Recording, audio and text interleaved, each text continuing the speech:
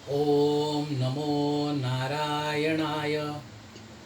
Unique master के इस episode में मैं प्रशांत इंदुमती प्रभाकर पालेकर आपको वंदन करता हूँ। पिछले वीडियो में अंत में हमने एक वाक्य कहा था, जंतूनाम नर जन्म दुर्लभ। आज वहीं से चालू करते हैं। यह वाक्य नहीं है, यह महावाक्य है। क्या है उसका अर्थ? जंतु नाम नर जन्म दुर्लभम, यानी जंतु शब्द पहले आया है। जंतु यह सुनेंगे तब हमारे मन में क्या आता है? कीड़ों मकोड़े, वायरस, जीव जंतु ऐसे आता है। उसका अर्थ सिर्फ यही नहीं है। जंतु यानी जिसने जन्म लिया है और जिसे अंत है, वो जंतु हो गए। यानी मनुष्य प्राणी भी जंतु है।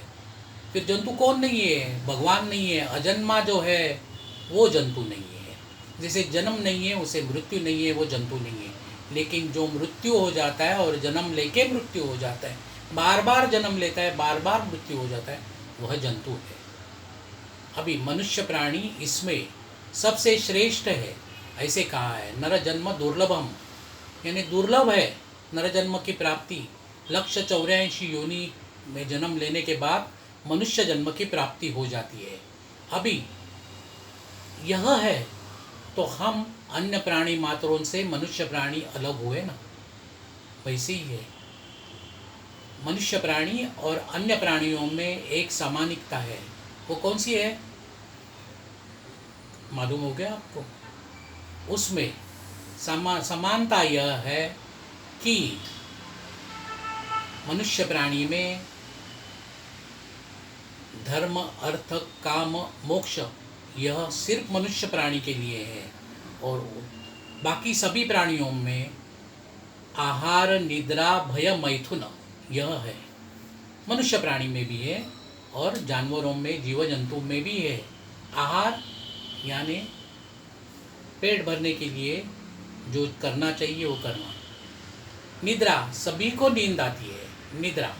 भय, सभी को किसी ना किसी बात का डर लगता है। आजकल जो कोरोना वायरस का इतना उद्रेक हो रहा है, सभी के मन में डर तो है। प्राणियों में भी है, मनुष्य प्राणी में तो है और भी है। और मैथुन यानी प्रजोत्पत्ति के लिए इकट्ठा होना, यह मैथुन। आहार, निद्रा, भय, मैथुन सभी प्राणियों में विशेषता पहले बताया, वो ऐसे धर्म, अर्थ, काम, मोक्ष यह 4 पुरुषार्थ कहे जाते हैं। और ये 4 पुरुषार्थ सिर्फ मनुष्य प्राणी में है। जब भी हम शादी करते हैं तभी एक प्रतिज्ञा लेते हैं, धर्मे च अर्थे च कामे च नाति चरामी, यानी धर्म, अर्थ और काम में हम इकट्ठा है। धर्म यानी कर्तव्य निभाएंगे साथ में। अर्थ यानी अर्थपूर्ण जीवन बिताना। अर्थ यानी सिर्फ पैसा नहीं है, अर्थ कारण वो अलग है। यह अर्थ अपना आयु समृद्ध होना, यह अर्थपूर्ण जीवन जीने की बात है। काम यानी इच्छित मनोकामना पूर्ति करना, यानी काम। और मोक्ष, मोक्ष क्या होता है? बहुत लोगों को लगता है कि पुनः जन्म नहीं होना यही मोक्ष, यही उसका मतलब नहीं है। जब मोह का क्षय हो जाता है तो मोक्ष मिलता है, यानी वासना विकारों से हम दूर हो जाते हैं, तभी वह मोक्ष हो जाता है।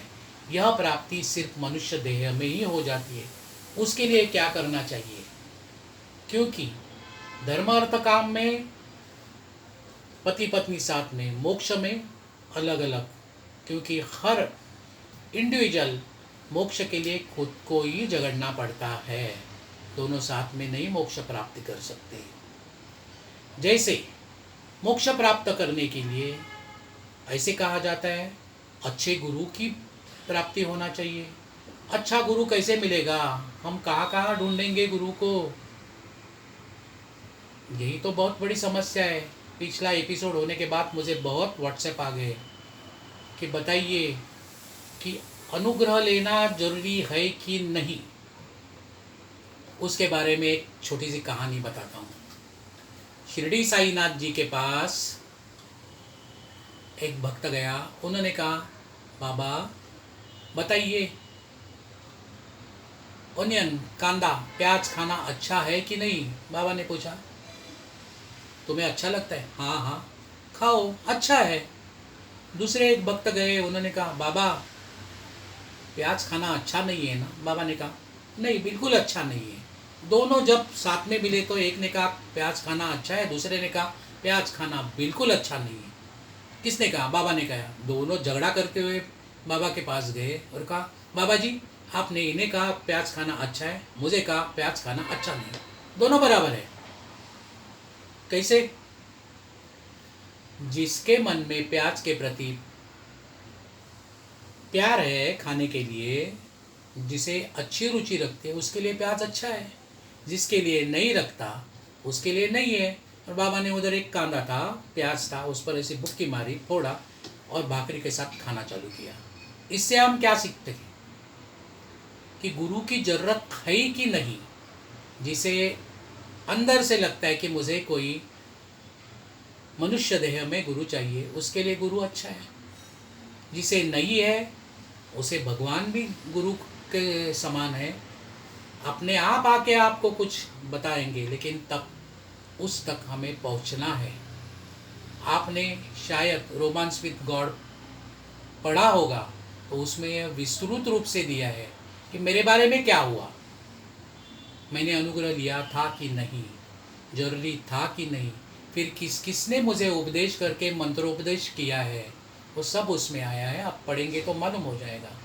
अभी इस गुरु के बारे में कहना है, सब्जेक्ट आया तो गुरु करने के लिए क्या करना चाहिए। मैंने कहा, अरे ये इनके ये गुरु है, अच्छे हैं, चलो हम भी जाएंगे।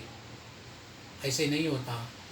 आप गुरु जी को मत ढूंढिए, गुरु ही आपको ढूंढते हुए आ जाते हैं। ऐसा ही हुआ है।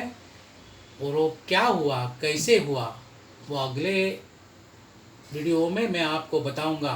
तब तक ध्यान रखिए कि इसका गुरु अच्छा, उसका गुरु अच्छा, कंपैरिजन मत कीजिए।